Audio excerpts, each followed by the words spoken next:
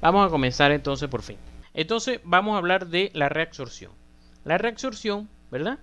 Es que agarramos las sustancias que se filtraron. Fíjense que esto es aquí como en la sangre están las proteínas, el glomérulo se filtró, filtrado glomerular, y entonces están las células, que es como este muñequito, están las células que empiezan a recoger lo que no debió haber salido, pero yo necesito, o sea, que salga, pero yo lo vuelvo a recoger y lo llevo a los capilares para que aquí me queden simplemente las sustancias de desecho. Obviamente, cuanto más se reabsorba una sustancia, menos se excreta, pues menos se va a excretar. Entonces, fíjense cómo hay una filtración glomerular igual aquí, ¿verdad? A través del túbulo contorneado y pasa todo ese filtrado por el túbulo contorneado proximal, y entonces va aquí, ¿verdad? Y entonces muchas de esas sustancias la necesito reabsorber.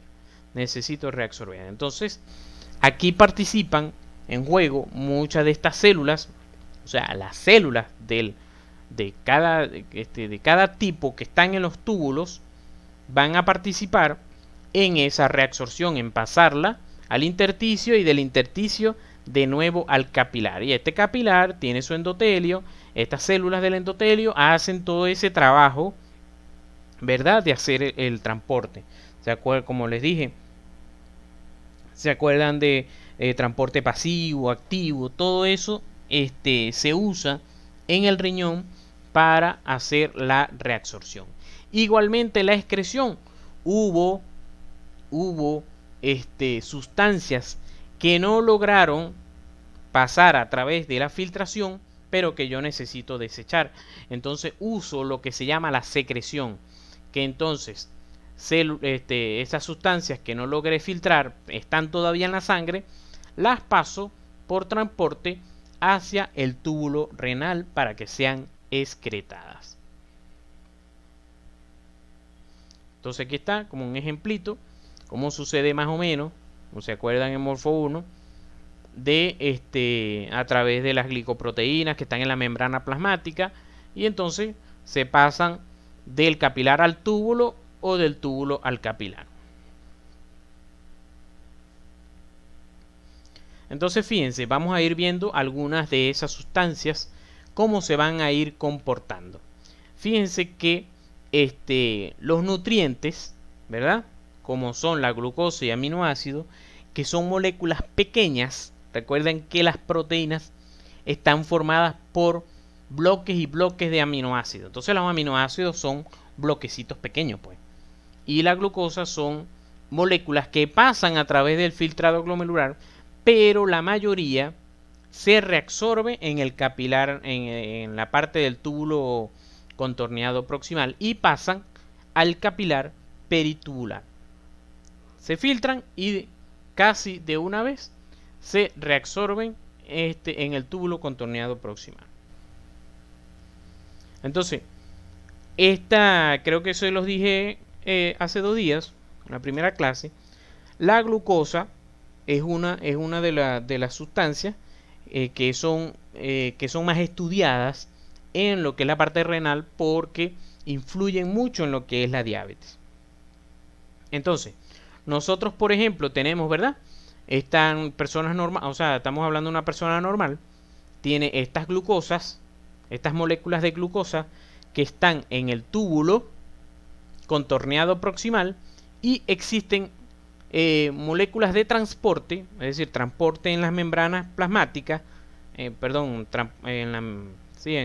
la membrana plasmática, que agarran la molécula de glucosa y la pasan dentro de la célula, y después del otro lado de la célula estos transportes lo sacan y lo llevan al capilar sanguíneo para que yo no pierda glucosa a través de la orina. ¿Ya entendieron esto, verdad? La glucosa, las moléculas de glucosa son reabsorbidas a través de unos canales para llegar al capilar de la sangre nuevamente. ¿Qué pasa si agarramos una noche y nos ponemos a comer dulce que da tristeza? Bueno, va a tener que trabajar más los transportadores. Van a tener que trabajar más. Y entonces hay más moléculas, trabajan más y logran pasarlas de todas maneras. En una persona sana, las logran pasar. Porque por más que sea, ¿verdad? Por más que sea, la cantidad de glucosa que tú consumiste es tu insulina, que está bien, logra guardarla antes que pase por el riñón. Pero igual obviamente va a llegar mayor cantidad. Si yo tomo una muestra de sangre aquí en el riñón, va a llegar más cantidad de glucosa de la que llegó anoche que no comiste dulce. Pero al llegar bastante, entonces se tiene que trabajar la gente un poco más, pues. Pero ¿qué pasa en la persona que es diabética? La insulina no está trabajando y entonces esto, el filtrado que pasa aquí de la sangre, pues, en la glucosa que pasa al túbulo contorneado proximal, es mucho más glucosa y es tanta que por más que los transportadores trabajen todo lo que puedan para llevarlo a la sangre, hay algunas moléculas que no les va a dar chance de ser reabsorbidas y van a pasar hasta la orina. Y entonces es cuando yo en la orina voy a encontrar glucosa. Que les decía, cuando les decía que antes el diagnóstico de glucosa se hacía con la orina si estaba dulce. Es por esto, sucedía esto. O sucede esto en el paciente que es diabético y que su glucosa se encuentra en la orina.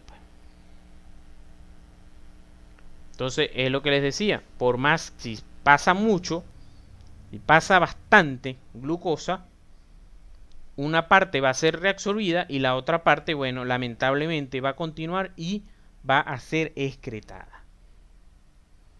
Entonces fíjense cómo otro grafiquito, que a veces no nos gustan los grafiquitos, pero los grafiquitos nos ayudan a entender las cosas. Lo único es que hay que entender el gráfico, pero eso no es difícil. Fíjense, esto es la cantidad de glucosa en sangre, la concentración de glucosa en sangre. Yo normalmente tengo 100, que es el 100, 80, que es la cantidad, ¿verdad? La cantidad normalmente de glucosa en sangre. Entonces, por más que aumente, este gráfico explica que por más que aumente la cantidad de glucosa en sangre, la filtración, la reabsorción, perdón, de glucosa aumenta. Como les había dicho, anoche yo no comí dulce y fue reabsorbida mi glucosa normal. Bueno, vine hoy y me comí un pocotón de torta, aumenté mi glucosa en sangre, entonces, pero aumentó la reabsorción y no hay ningún problema. Pero llega un momento, sobre todo cuando llegamos a 300 miligramos por decilitro, o sea, una glucosa de 300 en sangre, que ya se consume, o sea, ya la reabsorción no le da el tiro para que pueda sacarse, para que pueda reabsorberse toda la glucosa hacia la sangre, y entonces cuando empieza a encontrarse glucosa en la orina. Entonces, como les digo, ya aquí fíjense cómo esto se aplana porque ya no puedo aumentar la reabsorción, ya estoy en el límite. Perdón, estoy en el límite y entonces la glucosa cada vez más que yo estoy en 400, 500 de glucosa en sangre, cada vez voy a tener más en la orina, porque ya los transportadores no pudieron más. Profe, una pregunta y disculpe la molestia. Ajá. Y la interrupción. Dime. Si pasaría eso, que la glucosa pase a la orina, ¿Eso se vería mediante algún examen en específico o también se podría ver directamente en la orina cuando uno va a orinar? No, en la orina, o sea, en el uroanálisis, en el examen de orina. La última lámina que tengo es un uroanálisis. Vamos a analizar un uroanálisis, todos los componentes de un uroanálisis para que vean qué tiene que ver con todas estas cosas. Entonces ahí va a aparecer glucosa en la orina y te va a aparecer crucecitas, 2 o 3 cruces. Te va a aparecer. Gracias, profe. Es decir, que tú, un paciente que tú haces lo que llama la gente el perfil 20, que le hace todo como el control de todos sus exámenes y tiene la glucosa en 300, tiene su glucosa en sangre en 300, cuando vas a ver el uroanálisis tiene que haber glucosa en la orina.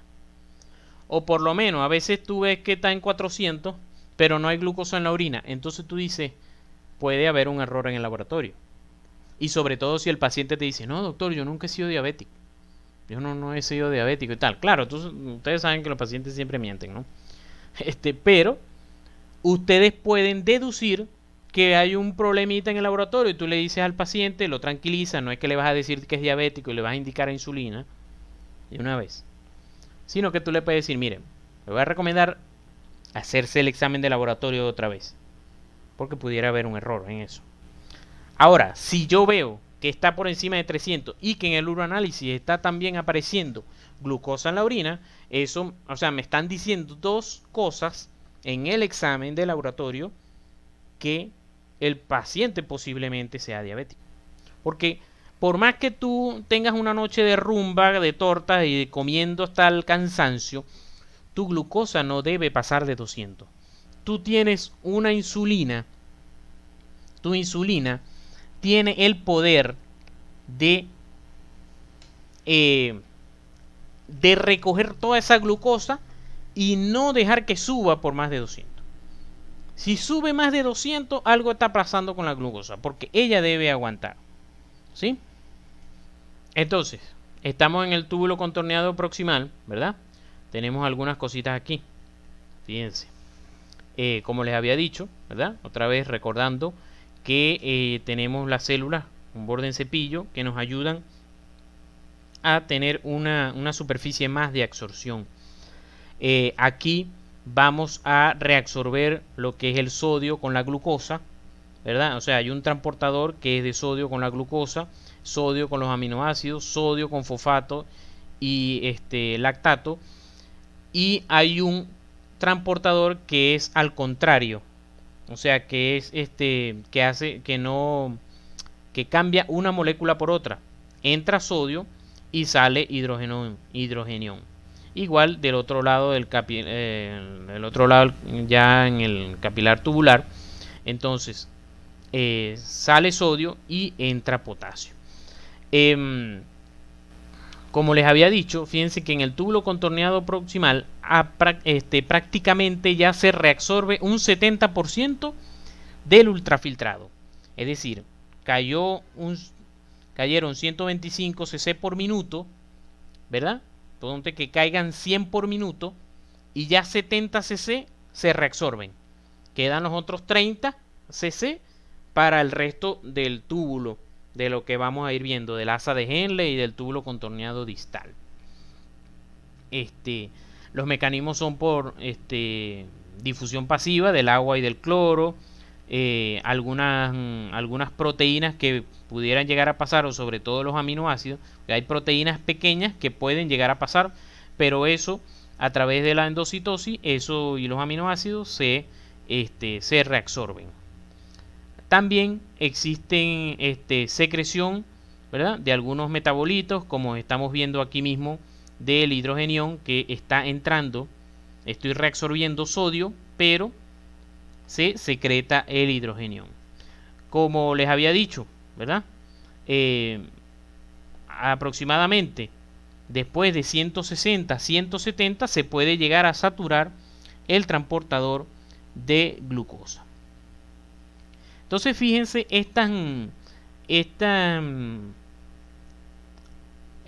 estos transportadores, ¿verdad?, que son los GLUT2 y SGLT2, ¿verdad? Que son los transportadores de glucosa y que son los señores responsables de que el sodio con la glucosa sean reabsorbidos, pasar al líquido intersticial y llegar al capilar.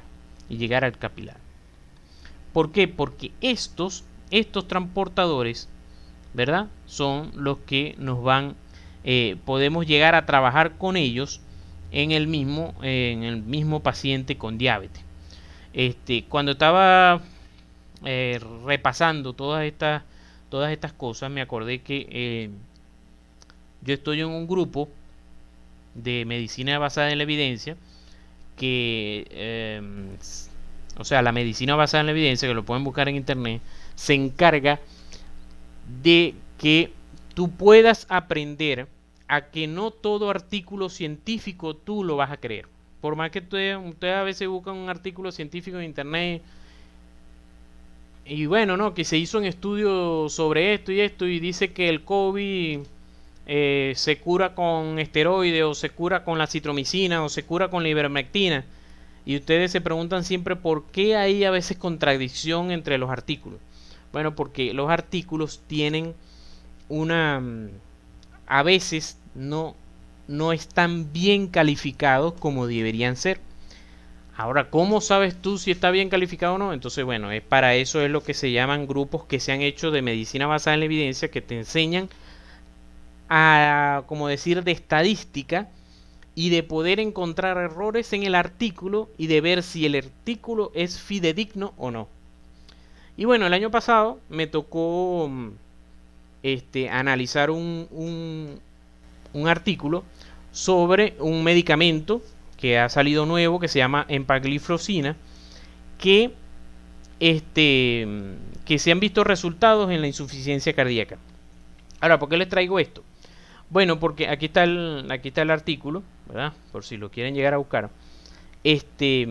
Porque este medicamento se usó al principio pensando en los pacientes diabéticos. Es decir, eran inhibidores de este transportador, ¿verdad? Es un inhibidor, el medicamento de la empagliflozina, es un inhibidor de este transportador y hace que entonces que la glucosa que se filtró continúe y se excrete. Y entonces con eso bajas la cantidad de glucosa en la orina. Es decir, más bien te aprovechas de más bien bloquear el transportador. ¿Qué pasó? Se empezaron a dar cuenta que la empagliflozina también estaba ayudando a pacientes que eran diabéticos y que tenían insuficiencia cardíaca. Se empezaron a dar cuenta que también servía para la insuficiencia cardíaca. Entonces se hizo un estudio completo con 3.730 pacientes, ¿verdad? A 1.863 se le dieron empagliflozina y a 1.867 fueron placebo. Son un placebo, o sea, se le da una pastilla igualita a la empagliflozina, lo único es que no contiene la molécula y de hecho todos estos 3.700 pacientes no sabían quién en verdad estaba tomando la empagliflozina y quién no. Eso es lo que se llama un estudio doble ciego, en que ni el médico que lo estaba dando, ni el paciente que lo estaba recibiendo sabían cómo era. Obviamente eso en conjunto con el laboratorio, para que haga la misma cantidad de pastillas que tengan la molécula y las que no. Y claro, después eso se verifica quiénes son los que la recibieron y quién no. Y fíjense la diferencia en que de estos que recibieron empagliflozina, 361 no se llegaron a hospitalizar, no tuvieron un evento primario. De estos 361 tuvieron el evento primario que se tuvieron que hospitalizar. En cambio de estos, que es la misma cantidad casi prácticamente, 462 se tuvieron que hospitalizar en algún momento por insuficiencia cardíaca y de hecho 355 llegaron a morir. Entonces bueno, fue un buen estudio. Nivel de evidencia 2. Los niveles de evidencia van del 1 al 4. El 1 es el mejor, el 4 es el peor. fue un nivel de evidencia que y bueno, lo estoy recordando en este momento porque cuando estaban repasando todo eso me acordé de lo que tuve que repasar para poder llegar a analizar este artículo, porque yo tenía años que no veía esta parte de renal y la tuve que repasar el año pasado por eso. Y bueno, de hecho hasta llegué a buscar por ahí en Instagram y por ahí estaban vendiendo la empagliflozina, pero esta era como otra molécula un poquito diferente, pero que por ahí se podía conseguir aquí en Venezuela, pero eso es muy difícil de conseguir. Bueno, continuemos. Entonces llegamos, ¿verdad?, a lo que es el asa de Henle. Entonces en el asa de Henle, ¿verdad?, tenemos lo que es la parte descendente y la ascendente. Aquí se me había olvidado decirles, y disculpen, que el filtrado termina siendo isotónico. ¿Qué significa que termina siendo isotónico? Que tiene la misma cantidad de solutos. Que tiene la misma cantidad de solutos. Un filtrado hipertónico es que tiene mucho soluto.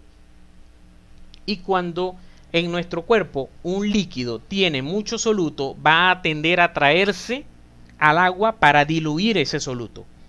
Hipertónico es concentrado de solutos. Filtrado isotónico es que está equilibrado, porque recuerden, se lo he enseñado, iso es igual, isotónico es igualito. En cambio, hipotónico es que está más bien disminuido de concentrado. Eso hace que el agua que tiene este filtrado isotónico, hipotónico, va a tender a irse a otro lado. Las hipertónicas más bien se tienden a venir, se tienden a traer más agua. En cambio, las hipotónicas tienden a irse el agua que ellas mismas tienen. Entonces, en el caso, ¿verdad?, del asa de Henle, entonces en la parte descendente se sigue reabsorbiendo más o menos el 20% del agua que va ya casi restando, pues. Ingresan solutos, ¿verdad? Y el filtrado ya tiende a ser hipertónico. Entonces, a medida que vamos bajando, se aumenta la tonicidad, aumenta la concentración de solutos. Esto que ustedes ven aquí, este numerito, es la osmolaridad. La osmolaridad que normalmente en la sangre es de más o menos 300. Pero a medida que vamos bajando y que vamos ingresando solutos y le vamos quitando agua, si a una sustancia, imagínense, le estoy echando solutos y le estoy quitando agua, aumenta su osmolaridad. ¿Cómo hago para que el agua quiera irse para allá? Porque resulta que aquí afuera, fíjense cómo los capilares hacen que se salga aquí abajo en el vértice de la pirámide de Malpighi. Se concentran los solutos, sobre todo el sodio, se concentra. Eso hace que el agua que está aquí adentro sea atraída a diluir el soluto y por eso se sale. O sea, es atraída a llegar al intersticio y del intersticio se la agarra el capilar peritubular y se la lleva otra vez. ¿Ven? Entonces ese es el trabajo que sucede. Viene el agüita por aquí y como aquí abajo esto está concentrado de sodio, sale la molécula hacia el espacio intersticial y por lo tanto cae en el capilar. Y de esa manera entonces ocurre la reabsorción del agua. En el asa ascendente tienden a salir los solutos otra vez. Fíjense cómo empieza a cambiar de nuevo la osmolaridad, empieza a disminuir a medida que vamos subiendo, empieza a cambiar la osmolaridad y entonces por lo tanto tiende a haber un filtrado hipotónico. Entonces, más o menos de lo que han preguntado, ¿no? Entonces, ¿cómo se mantiene la gradiente osmótica? Mantener las altas concentraciones de urea, ¿verdad? y de sodio en la médula. ¿Cómo se mantiene el soluto aquí en la pirámide de Malpighi? O sea, en el vértice, que es lo que les estaba diciendo, que es lo que hace que se atraiga el agua. ¿Cómo eso se mantiene? Por el contracorriente. Fíjense que en los vasos descendentes, ¿verdad? En los vasos que van bajando, fíjense cómo va la osmolaridad, va aumentando. Ya esto es aquí, en la lámina anterior estábamos hablando del túbulo, pero aquí estamos hablando ahora de los capilares. En los vasos descendentes, el agua va a difundir al exterior y el soluto difunde al interior. Y esto hace que aumente la osmolaridad. Entonces fíjense cómo el agua va a tender a salir y a entrar los solutos. Entonces a medida que vamos ascendiendo va a suceder lo contrario. Entra, se secreta un poquito de agua y entonces salen los solutos. Entonces eso es el manejo de contracorriente para permitir que finalmente el túbulo se quede sin agua y con solamente los solutos. ¿Por qué no saco esos solutos solos? Porque los solutos, ellos son llorones y ellos no van a querer irse a los túbulos, no se van a querer ir a los túbulos solos, sino que en el filtrado se vienen engañaditos los solutos con el agua. Entonces, cuando bajo aquí, cuando bajo al vértice, el agua se hace la loca cuando el soluto no está viendo y se escapa a diluir el soluto que hay afuera. Y entonces por eso se reabsorbe todo, pero el soluto, como hay soluto afuera y el soluto no se da cuenta y no trata de irse hacia afuera también con el agua, porque hay la misma osmolaridad tanto en el capilar, fíjense, tanto en el capilar como en el túbulo, prácticamente tienen la misma cantidad de osmolaridad, 1200, 1400, que la hay en el capilar. Entonces repito esa parte. Viene el agüita con los solutos y vienen juntos, se los trae engañado el agua y entonces cuando llegamos abajo, el agua tiende a diluir los solutos saliéndose. Se sale y busca el capilar porque va a diluir el soluto que hay aquí en el vértice de la pirámide de Malpighi.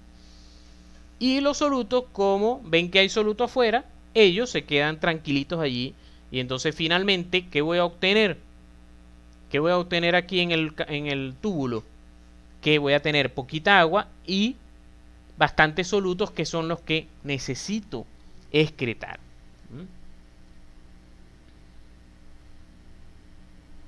Entonces termino finalmente que el agua en la orina al final va a ser hipertónica al final ya en el túbulo colector. Entonces fíjense, ¿cuál es lo que vemos ahora? Lo de la reabsorción del agua. Se filtran 180 litros por día, ¿verdad? Y se van reabsorbiendo aproximadamente un 70%, ¿verdad? Un 70% aproximadamente en el túbulo colector. En el asa de Henle se reabsorbe un poco más y subimos y finalmente ya se reabsorbe en total un 99.2% de toda el agua que salió. De toda el agua que salió, todo eso se reabsorbe, y lo que la idea es que me termina quedando solamente un poquito de soluto para secretar. De estos 180 litros por día que se filtraron, fíjense, vengo yo orinando nada más 1,5 litros. ¿Qué pasa si nosotros dejamos beber agua, nos ponemos a trabajar en el campo, a solearnos y no llevamos agua? Entonces, se siguen filtrando los 180, pero obviamente voy a reabsorber más. voy a reabsorber más, y eso está influido también por el sistema renina-angiotensina-aldosterona, que lo vamos a ver un poquito más adelante. Se reabsorbe mucho más y entonces se excreta solamente la mitad del litro.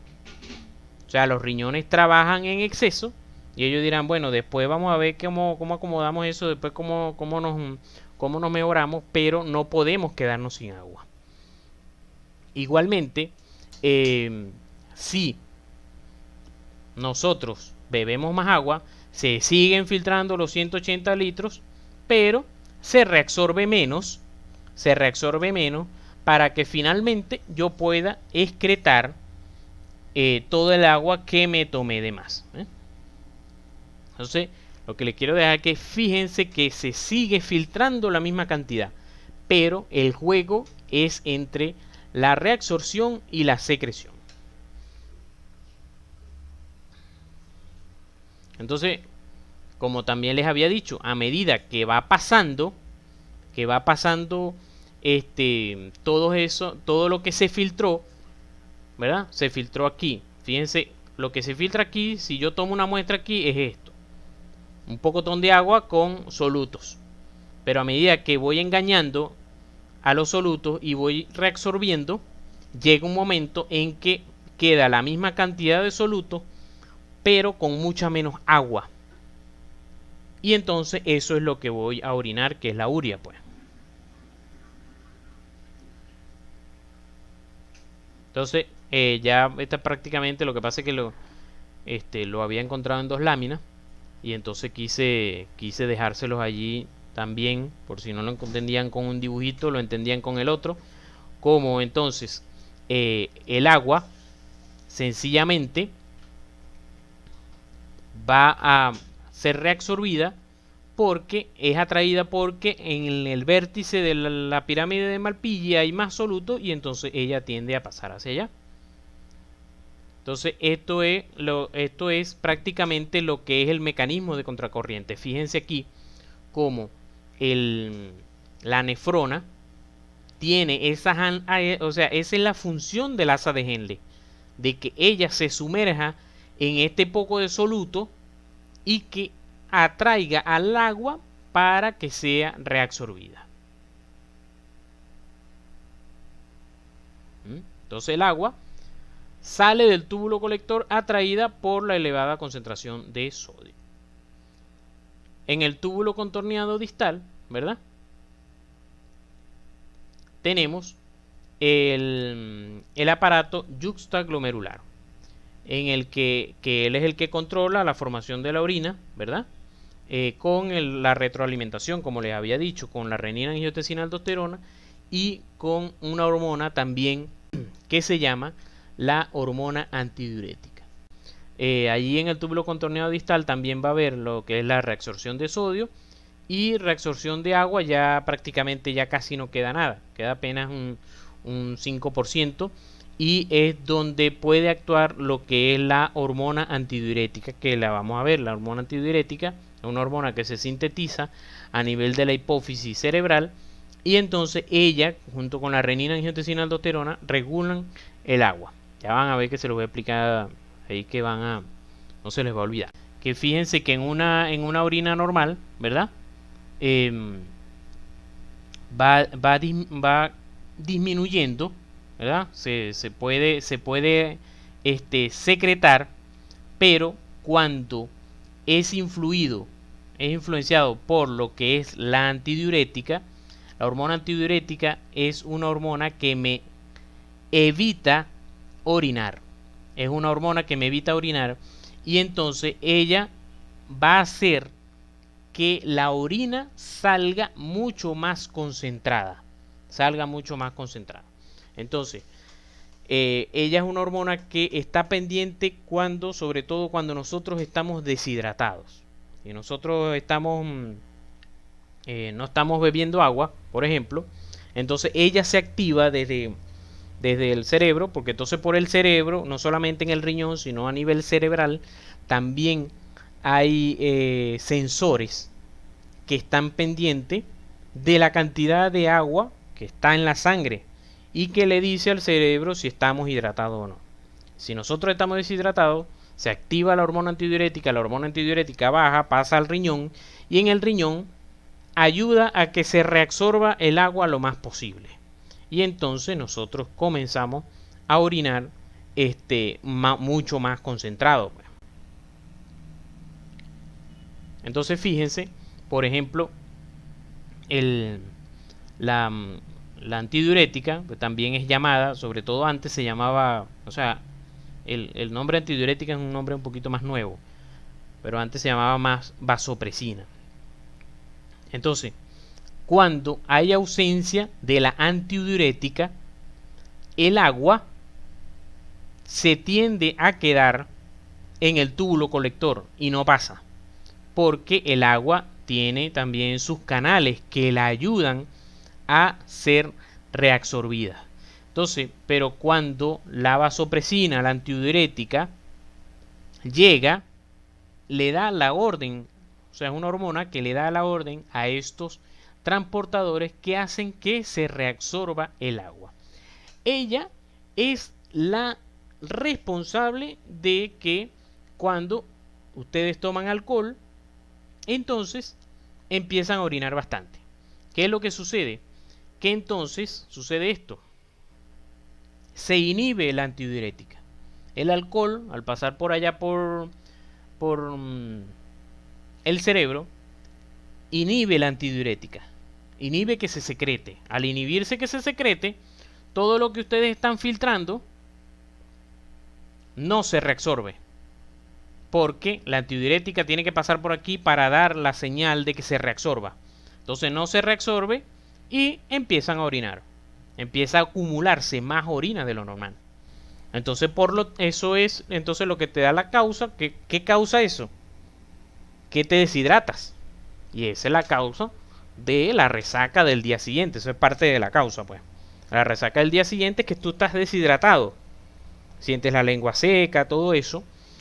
Y es porque te deshidrataste. Hiciste que la antidiurética se inhibiera. Y entonces, ¿qué buscas cuando estás con el ratón?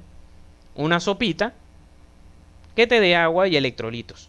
Porque no solamente estás perdiendo agua, sino que recuerda que el agua, cuando se reabsorbe el agua, se reabsorbe con sodio, con potasio, entonces se reabsorbe con todos esos electrolitos.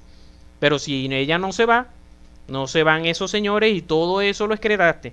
Entonces, por eso es que la sopita te renueva otra vez porque te da el agua y los electrolitos.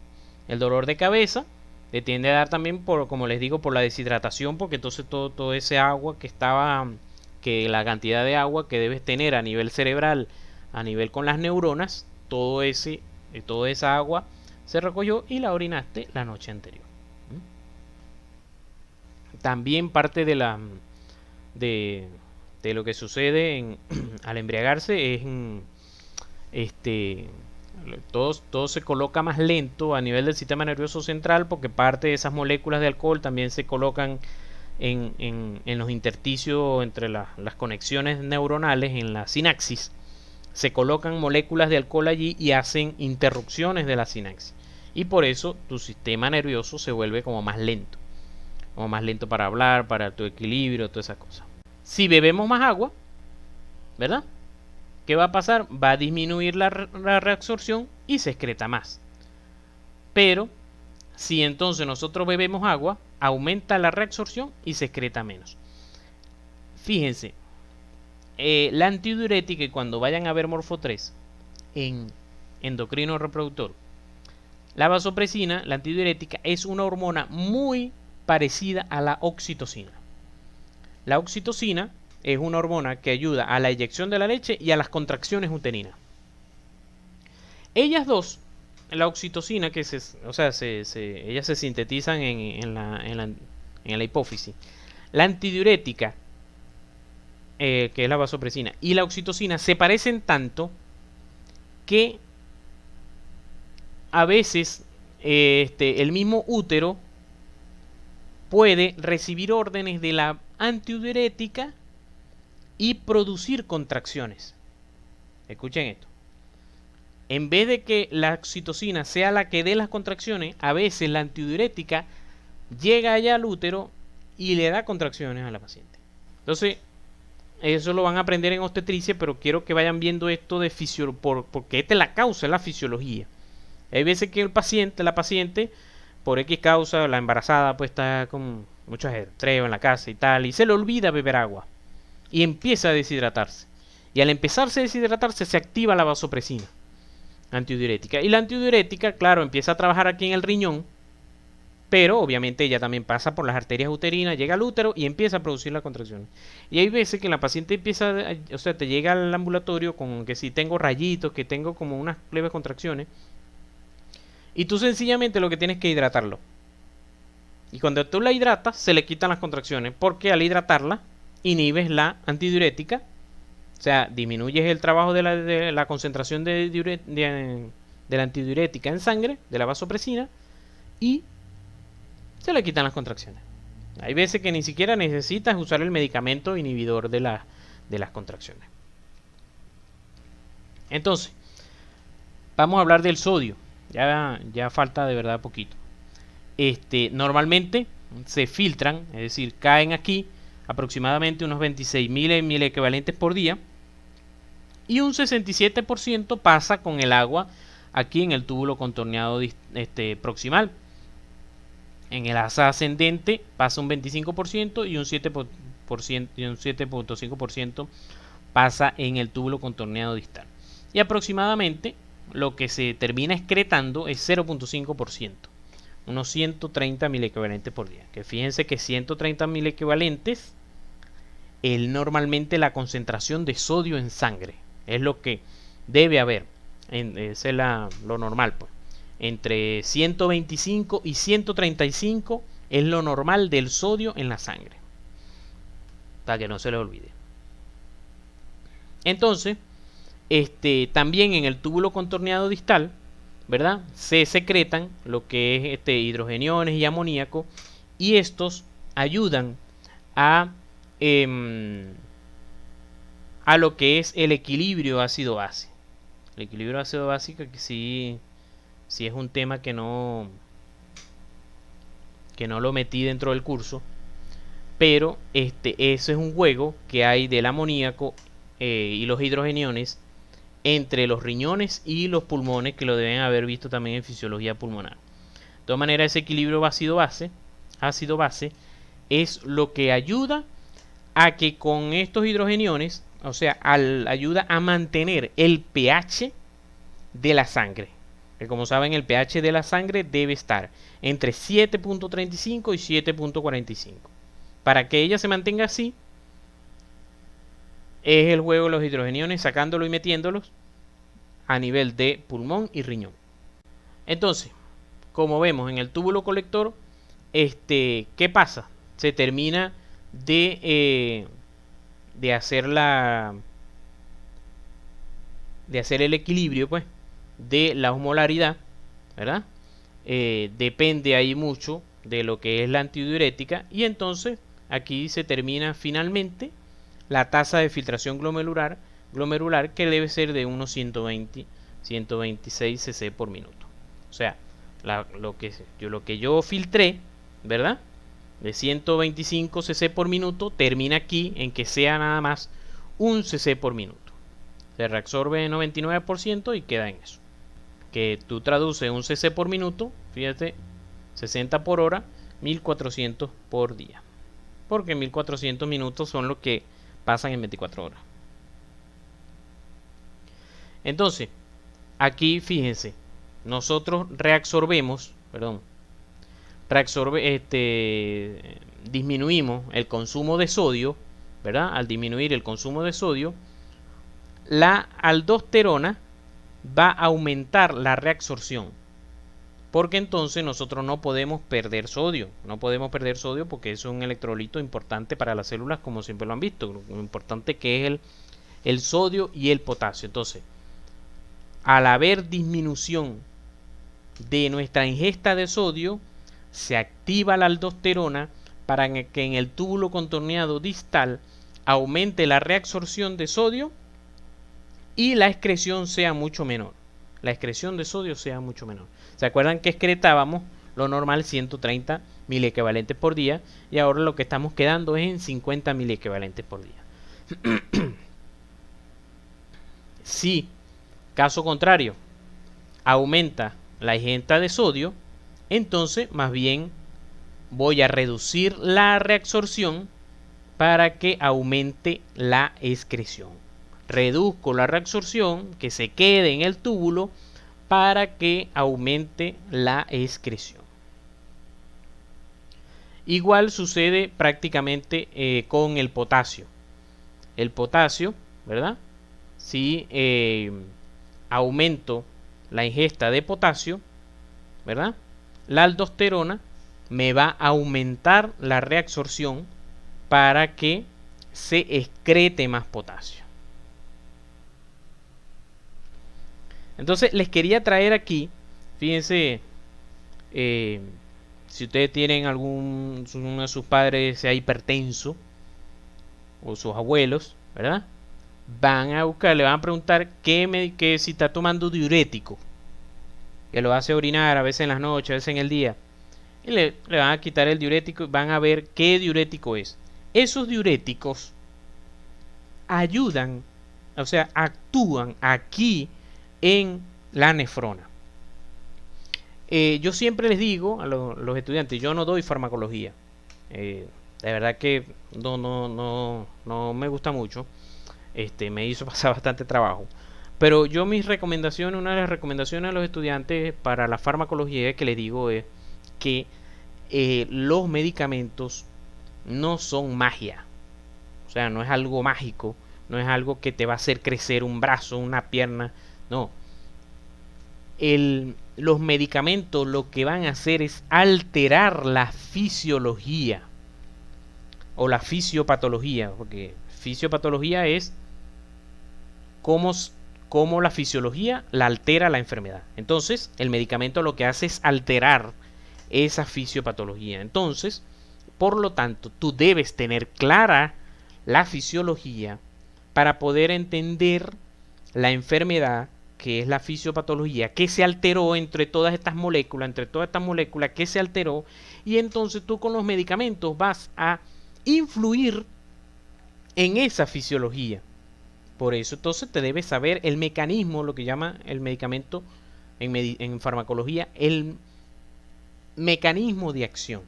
Es decir, dónde actúa. Yo siempre le digo a los estudiantes, apréndase dónde actúa el medicamento, entiéndelo, y eso se te va a hacer más fácil para estudiar farmacología.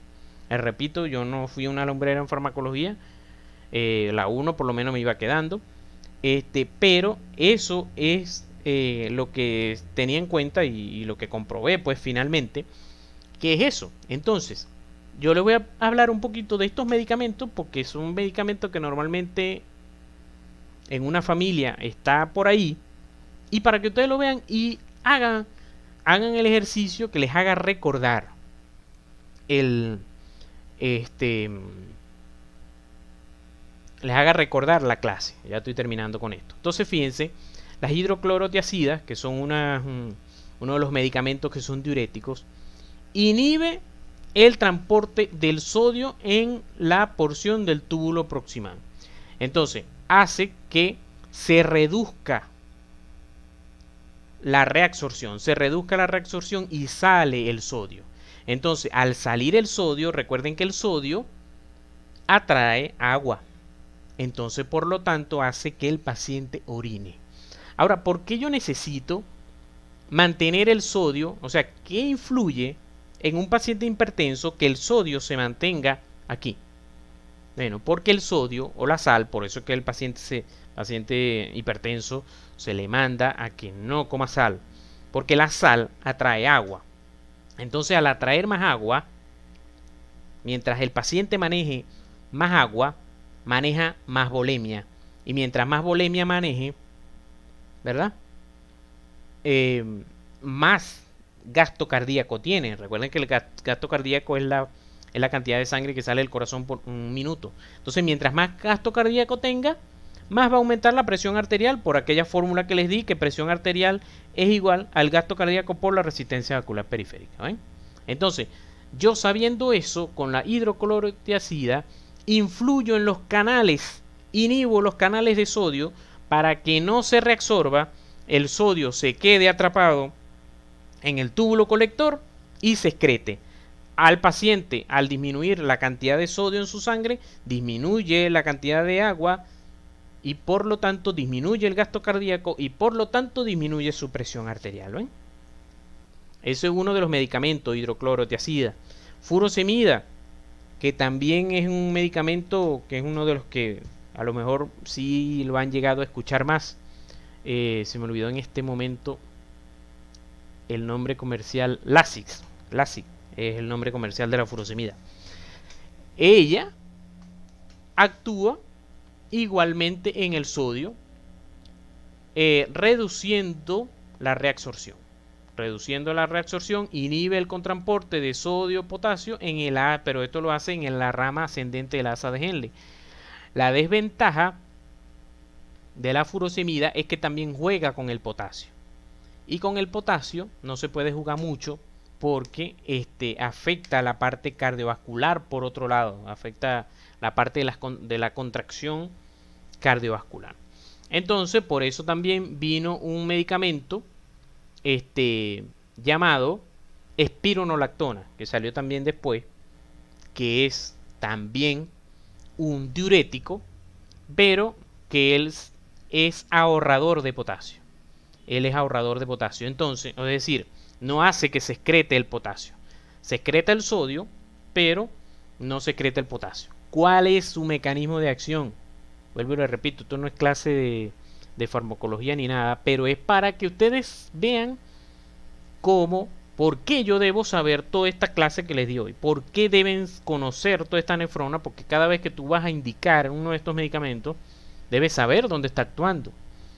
Porque si no, eres un brujo. Eso es lo que yo siempre le digo también a mis estudiantes, y eso me lo enseñó mi profesor de introducción a la práctica médica. ¿Cuál es la diferencia entre un brujo y un médico? Siempre les digo, los dos pueden curar. Muchas veces los dos curan. Pero el médico sabe lo que está haciendo. El brujo te puede dar unas planticas, un té y te quita la fiebre. Pero él no sabe cómo las moléculas de la planta actuaron en donde sea que actuaron para que bajara la fiebre. En cambio, el médico tiene que saber el medicamento que está dando, esta molécula actúa a nivel tal, para hacer que disminuya la temperatura. Entonces, la espironolactona, ella lo que hace es inhibir, es un antagonista de la aldosterona. Un antagonista, recuerden que es lo contrario. Thanos es antagonista de los Vengadores, por ejemplo. Entonces, es antagonista, es decir, que la espironolactona logra meterse en la molécula, logra meterse en el receptor de la célula, logra colocarse en el receptor donde debía actuar la aldosterona. Recuerden que todas estas moléculas actúan como una llave con una cerradura. Bueno, se le sacó una copia a la aldosterona, que es la espironolactona, y entonces se mete la llave en la cerradura aquí. Y entonces, si está metida la llave en una cerradura, no puedes meter otra llave. Entonces la aldosterona no puede trabajar. Entonces, por lo tanto, inhibe a la aldosterona y entonces hace que se excrete el sodio. Igualmente, ella actúa en que evita que la aldosterona reabsorba el potasio.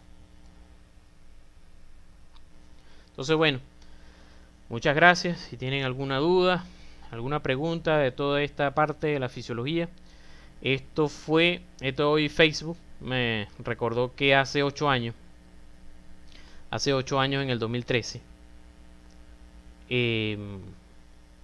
esto fue en coro. Yo, mis estudiantes de Morfo 3, me los llevé para coro. De Punto Fijo me los llevé para coro. Fuimos a una clase allá que el profesor de introducción a la práctica médica me pidió que diera. Y después me los llevé para allá, esto era lo que era antes Pronto Pizza, que después llegó a ser no sé qué pizza y creo que ya no está. Que esto es Esta es la bomba que está en los tres platos. Me lo llevé para allá porque ese era el sitio donde yo celebraba mis exámenes. Cuando salía bien, los parciales y eso, me iba a comer una pisita allá. Bueno, me lo llevé. Ya todo eso, todos están graduados, sí. Todos están prácticamente graduados y algunos hasta fuera del país. Bueno, un día así será con ustedes. ¿Alguna preguntita, alguna duda? Bueno, sí, más bien disculpen que me extendí un poco la clase y se les hizo tarde, pero bueno. Sí, si llego a estar en coro y no estamos juntos y había uno de ustedes que me decía que debería ir a hacer un curso allá en coro, a dar un curso allá en coro. Si alguien sabe de un sitio donde nos podamos reunir y darles un curso presencial, yo creo que puedo hacer el esfuerzo y vernos allá, pues. Darles un curso, el mismo, agarrar un mismo de neuro y darles 3 días full de cabeza y cuello con neuro. Y fino. Sí. Dios mediante van a pasar, Dios mediante van a pasar. Esos son sustos que uno pasa, que son necesarios para que estudie. Pero bueno, vamos a la orden. Me alegra que les haya gustado la clase.